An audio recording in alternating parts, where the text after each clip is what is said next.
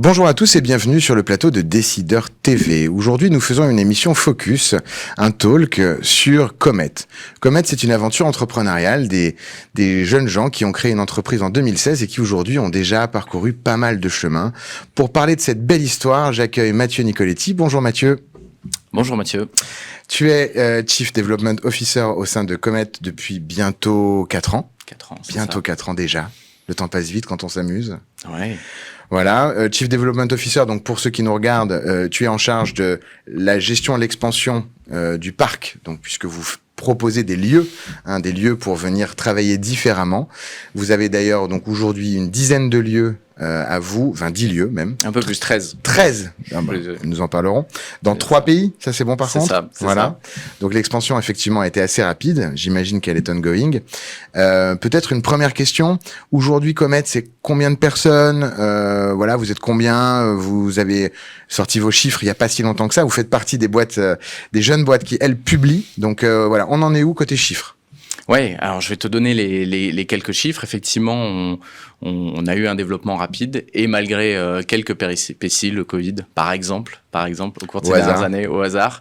Mais Comet, effectivement, créé en 2016, et notre mission, c'est de réinventer les moments de collaboration, de réunion en entreprise, et on fait ça avec 3 métiers différents. Des lieux Comet Meeting, donc on en a le 9 à Paris, Madrid, Bruxelles, et là on accueille des entreprises pour une demi-journée, une journée de réunion, pour leurs réunions importantes, séminaires, sur nos sites où elles vont avoir des lieux adaptés et tout l'accompagnement pour faire de leur journée des moments les plus conviviaux et productifs possibles. La réunion, cool. Et tu le vends à la journée, à la demi-journée, ou tu le vends en package, à l'année? À la journée, à la demi-journée, mais on peut avoir avec certains de nos clients partenaires, le groupe LVMH, le groupe Total, je pourrais t'en citer plein, entre autres,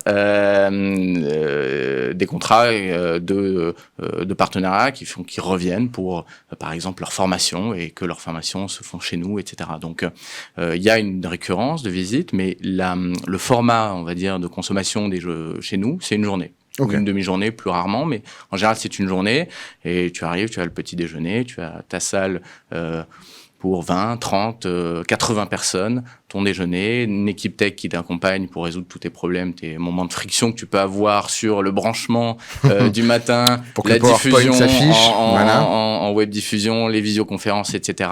L'accompagnement sur le contenu de ta journée, par exemple, etc. Donc nous on est les premiers à tester pour nos moments, nos réunions importantes sur la stratégie, sur le développement d'entreprise.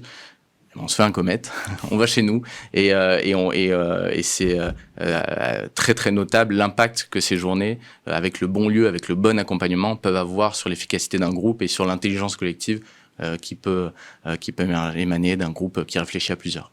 Donc ça c'est meeting. Ça c'est meeting. Deuxième offre, hospitality. On a 3 sites aujourd'hui. Le dernier que je cite, c'est la Tour Alto, sur laquelle on va opérer le dernier étage, un rooftop magnifique. Très très belle vue sur le coucher de soleil par-dessus la Défense. À la Défense. À la Défense, un peu plus de 50 000 mètres carrés, qui était complètement livré, qui est occupé aujourd'hui, quasiment intégralement loué. Et donc nous, on vient opérer les espaces de collaboration au dernier étage de la tour, également le 5e étage. Et là, on est en prestation de service, en marque blanche. C'est un Comet in-house pour les occupants de l'immeuble. C'est-à-dire qu'on ne commercialise pas à l'extérieur. C'est vraiment des services, des salles de réunion, un bar, des espaces de convivialité au service des occupants de l'immeuble. Donc on opère 3 sites en Ile-de-France sur ce produit-là. Et le 3e métier, c'est Comet Workplaces. Alors on a toujours dit qu'on faisait pas de coworking, il faut jamais dire jamais. On a ouvert notre premier site de bureau il y a presque 1 an, donc c'est presque l'anniversaire, au sein de l'immeuble Lumière à Bercy, dans lequel on a couplé cette offre à notre dernière ouverture également Comet Meeting. Donc on a un site Meeting, un site Workplaces. Et là, on a voulu créer des bureaux à notre image qui regroupent 2 composantes. Un bureau hôtel, c'est-à-dire beaucoup de services au quotidien, de petites attentions, et ça c'est ce qu'on retrouve quand on vient une journée chez nous sur nos sites meeting, donc beaucoup de services du quotidien, mais également un accès inégalé que aucun acteur opérateur de la place peut offrir à des offres, des lieux et des offres de collaboration, puisque quand vous êtes client Workplaces, si vous louez une vingtaine, une trentaine de postes chez nous, vous avez accès à l'intégralité du parc meeting. 3 offres, 13 lieux, donc 3 pays. Et aujourd'hui, on est un peu plus de 180 personnes. On était un peu plus de 60 quand je suis arrivé il y a 4 ans. On a accueilli 8500 clients pour 24 000 événements. C'est des gros chiffres depuis 2016 qui ont permis à 700 000 visiteurs de venir passer une journée, une soirée. Ça y est, on rentre dans les chiffres. J'ai voilà, cru que tu m'avais oublié. Non, je viens à toi sur les bien. chiffres. Voilà. Donc, ce sont des beaux chiffres et qui montrent la résilience qu'on a eue évidemment post-Covid, mais surtout l'extraordinaire reprise qu'on a là depuis 2 ans. Et on va sans doute en parler, mais le présent nous donne raison et les tendances sur l'évolution du travail donnent raison à cette offre-là. Profitable depuis le début. Et ça, c'est important, c'est que on a pensé notre business model sur notamment la partie meeting, qui est la partie originale depuis 2016, comme profitable sur chaque lieu. C'est-à-dire qu'on a vraiment, on ne fait pas de la course au développement, de la course au volume, et c'est pour ça. Je vais pas te faire l'adage de l'immobilier que voilà, ce qui est important dans l'immobilier, c'est 3 choses l'emplacement. Mais on a cette chance de ne pas avoir à courir le volume et donc à pouvoir choisir nos emplacements en fonction des besoins que nous rapportent nos clients, de poches tertiaires où nous ne sommes pas et où il faudrait amener notre offre de service. Et donc on écoute tout ça et on a du coup un développement qui est important. On a ouvert plusieurs sites ces dernières années. On a plus que doublé notre empreinte en termes de mètres carrés opérés entre avant le Covid et après le Covid. On a combien là ? On est à près de 20 000 mètres carrés sur la partie meeting.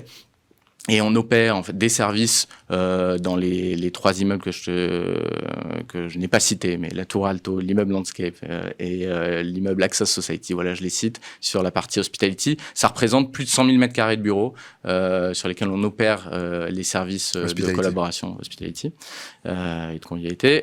Et voilà, et Workplaces, c'est le premier né, 2600 mètres carrés, un site. Donc profitable, 27 millions de chiffre d'affaires en 2022. Et une croissance continue. On annoncera sans doute bientôt des nouvelles ouvertures en région Île-de-France, à Madrid. En région également aussi, ou en dehors de l'Île-de-France ? Pour l'instant, on se concentre sur nos 3 territoires, c'est-à-dire l'Île-de-France, Madrid et Bruxelles. Okay. Qui donne déjà beaucoup de potentiel. Et ensuite, on ira sans doute vers d'autres territoires, à commencer par des villes capitales économiques qui ont des très forts bassins tertiaires, puisque nos clients sont là. Et donc, on va là où sont nos clients. Donc, grandes villes espagnoles, grandes villes italiennes, allemandes, etc. Et vos clients sont pas prêts de partir, puisqu'effectivement, la relation au travail, la relation à la réunion, la relation finalement à tous ces services qu'on va pouvoir trouver, la premiumisation de ce qu'on va offrir à nos employés pour qu'ils travaillent bien mieux, qu'ils soient heureux d'être là au bureau. Avec le retour au bureau, on en parle beaucoup. C'est quelque chose qui est vraiment une tendance forte. Tu as d'ailleurs quelques chiffres parce que vous venez de sortir, je crois, un livre blanc avec YouGov qui vous donne vraiment une vraie vision du marché. Tu peux nous donner peut-être les 2-3 chiffres importants que vous avez vraiment réussi à identifier avec cette étude ? Ouais. 2 grosses tendances et peut-être une conclusion sur ces 2 tendances que donne cette étude. Les 2 tendances, c'est premièrement la fin du tout télétravail. On a un tiers alors l'étude, on a sondé plus de 1000 actifs en France, en Espagne et en Belgique. Un tiers d'entre eux nous disent leur défiance pour le télétravail, un tiers d'entre eux leur fort attrait pour le télétravail. Le reste ne sachant pas trop se positionner ou probablement se positionnant déjà dans un modèle hybride avec un peu des deux. Donc, c'est la fin de la croyance, un peu du mirage le monde va basculer sur du 100% télétravail. Et d'ailleurs, une autre preuve de ça, sont les grands groupes, à commencer par les géants de la tech qui avaient basculé en tout télétravail en faisant presque un argument de recrutement et un positionnement et qui reviennent en fait sur également du présentiel. Donc ça, c'est vraiment le premier apprentissage. Le deuxième apprentissage, c'est le rôle du bureau comme catalyseur de lien social. Et le bureau doit avoir ce lien social-là. 43% des actifs sondés nous disent que la raison et s'il fallait en retenir qu'une, ce serait celle-là, pour laquelle ils reviennent au bureau, c'est pour se réunir et retrouver leurs collègues. Et on peut mettre en miroir de ça une autre stat qui est intéressante. Dans l'autre sens, c'est quand on leur demande si le télétravail les effraie, ce qui leur fait peur dans le télétravail, ils sont entre 40 et 50% pour les Espagnols à nous dire que ça les effraie en termes d'isolement et en termes du coup d'impact négatif que ça peut avoir sur leur épanouissement professionnel et personnel. Il y a donc une nécessité à revenir au bureau pour se retrouver, j'allais dire pour se réunir. On a une de nos convictions, c'est que le bureau de demain sera une salle de réunion. Ils sont d'ailleurs 6 sur 10 à nous dire qu'il faut se réunir. Alors ils étaient 8 sur 10 l'année dernière à nous dire qu'il y avait sans doute des réunions inutiles. Et donc il faut peut-être, il faut se réunir, mais mieux se réunir. Et c'est là où notre offre meeting notamment prend tout son sens. Voilà, donc ces deux grands enseignements sortent de l'étude, et la conclusion évidente, c'est que le bureau doit se réinventer et que sans doute l'immeuble de bureau ces dernières décennies avait été un peu pensé un peu de manière un peu trop rationnelle, un peu trop automatique, monotone. Et d'ailleurs, je discutais récemment avec un architecte qui me disait que lui faisait pas du bureau, ça l'ennuyait, mais que là, ces dernières années, il répondait beaucoup plus à du bureau et que ça l'amusait énormément. Je pense qu'il y a une prise de conscience par tous les acteurs sur l'immobilier de bureau, qu'il faut réinventer le bureau, qu'il faut que le bureau soit plus flexible pour justement répondre à ces pics de fréquentation que génère le travail hybride, qu'il faut qu'il y ait plus d'espace de collaboration, de convivialité, qu'il faut repenser finalement le produit peut-être un peu comme un produit hôtelier, et un bureau qui était un peu clinique dans son aspect, qu'il devienne un peu plus fun, un peu plus hybride et différent d'un produit à l'autre. Et à la manière de différentes chaînes hôtelières, il y aura peut-être demain différentes chaînes de bureaux qui se positionneront avec des gammes de services, des gammes de prix différents. Donc si on récapitule, pour ceux qui nous écoutent, vous avez développé un super produit qui fonctionne, vous avez fait preuve de résilience au moment où il y a une crise historique impossible à anticiper qui vous touche de plein fouet, parce que je crois que toi, quand t'es arrivé, 2 semaines après ton arrivée, vous avez juste fermé les sites. Hein, donc c'était entre 2 et 3 semaines, je me rappelle plus, mais c'était c'est l'heure de temps. On a littéralement, alors que j'étais en train de rencontrer à peu près les équipes, toutes les équipes sur site, on a fermé, on a baissé les rideaux de nos sites et on était obligé de le faire par décret évidemment, mais voilà, quelle tristesse tout d'un coup d'avoir son actif, son outil de production, là où on rencontre nos clients, nos employés, fermés. Donc voilà, j'ai fait visiter pendant un temps des sites où il fallait dépoussiérer un peu la machine à café quand on le faisait visiter. Heureusement, ça n'a duré qu'un temps et très vite, on a senti qu'on pouvait être une des réponses à l'après-Covid et aux mutations qui s'accéléraient finalement sur les modes de travail post-Covid. Donc je le disais, l'idée, l'exec, ce qui est souvent quand même, c'est là où ça commence à devenir chaud, la résilience, et là maintenant ce sont des effets de marché qui prennent le relais, finalement vous êtes là où se rencontrent le collaborateur et la DRH, entre une marque employeur et un collab qui veut passer du bon temps au bureau avec ses collègues. Donc ça, c'est sympa. Vous avez en plus quelques éléments exogènes qui sont super. Ça permet peut-être aussi d'économiser un peu d'énergie après un décret tertiaire si on peut faire une partie des réunions et pas faire tourner la clim ou le chauffage dans ses propres bureaux et tout. Donc il y a plein de choses qui se mettent en place. Et avec tous ces éléments, toutes ces planètes alignées, certains ne s'y sont pas trompés, des investisseurs de la première heure comme Kosciusko Morizet, mais également des très grands acteurs. Bon, la BPI, qui est là pour soutenir l'écosystème français innovant, ça on le sait, mais Eurazeo Venture, qui est donc évidemment un des plus grands fonds français, qui Cocorico, qui nous représente sur la place du capital investissement au niveau international. Ces acteurs-là, ils sont venus, ils viennent pourquoi? Voilà, c'est quoi la next step? On va où dans 5 ans? Évidemment, là, ça n'engage que toi parce que tu parles comme ça au micro, mais voilà, qu'est-ce qu'on peut imaginer de là où vous allez? Et si jamais un jour vous faites une levée de fonds et que notre public a quelques deniers, qu'on puisse savoir si on les met. On donnera ton adresse email. Exactement, voilà, n'hésitez pas. Tu feras voilà. Non, mais d'abord, effectivement, on a la chance d'être accompagné depuis le début par des investisseurs qui nous sont fidèles et d'avoir attiré des institutionnels aussi réputés que Eurazeo sur notre dernière levée de fonds qui s'est quand même réalisée entre les 2 confinements. Et donc, voilà, sur un moment qui n'était pas tout à fait opérationnellement évident pour nous, mais parce que tout le monde partageait cette vision qu'il y aurait un autre avenir pour le bureau et que nous avons une carte à jouer extraordinaire dans cet avenir-là, parce qu'on vient finalement, on vient pas du bureau. En fait, c'est paradoxal, mais nos 3 fondateurs, beaucoup des équipes qu'on recrute ne viennent pas de l'immobilier, ne viennent pas du bureau. On a créé un formidable outil de service au service des collaborateurs et des employés des entreprises. Et avec cet ADN-là, on pense pouvoir répondre justement aux enjeux que je te mentionnais avec nos 3 différents produits et pouvoir être une brique très très importante dans les enjeux du futur du travail, dans les enjeux de flexibilité, dans les enjeux d'amélioration de services qu'il faut apporter et de contenu. Voilà. Donc c'est le pari que ces investisseurs ont fait avec nous. C'est ce développement qu'on poursuit et avec des résultats opérationnels très très bons depuis la fin du Covid et une croissance soutenue. Donc dans 5 ans, c'est un peu compliqué de te dire là, mais ce qui est sûr, c'est que on va continuer ce développement.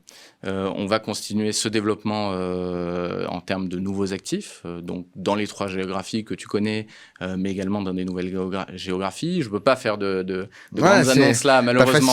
Pas facile de te tirer mais je reviendrai, je me ferai inviter. Rendez-vous est pris. Et également de développer nos offres de services, notamment les 2 dernières Hospitality et Workplaces, qui sont encore jeunes par rapport à Comet Meeting, mais dont on pense qu'il y a une complémentarité très très forte à jouer entre les 3. Et un dernier mot, puisqu'on parlait des investisseurs, OPEX, CAPEX, ça implique un peu de choses, puisque vous êtes dans un modèle qui vous avez des lieux. Est-ce que du coup, il y a un fundraising prévu dans les prochains mois, prochaines années? Est-ce que vous avez un peu de temps devant vous pour l'instant, puisque votre modèle est profitable? Pour autant, il y a quand même un peu d'argent à mettre sur la table quand on ouvre un lieu. Le modèle est profitable. Donc on n'est pas tenu de lever. On peut aujourd'hui assumer notre développement. Donc non, pas prévu aujourd'hui.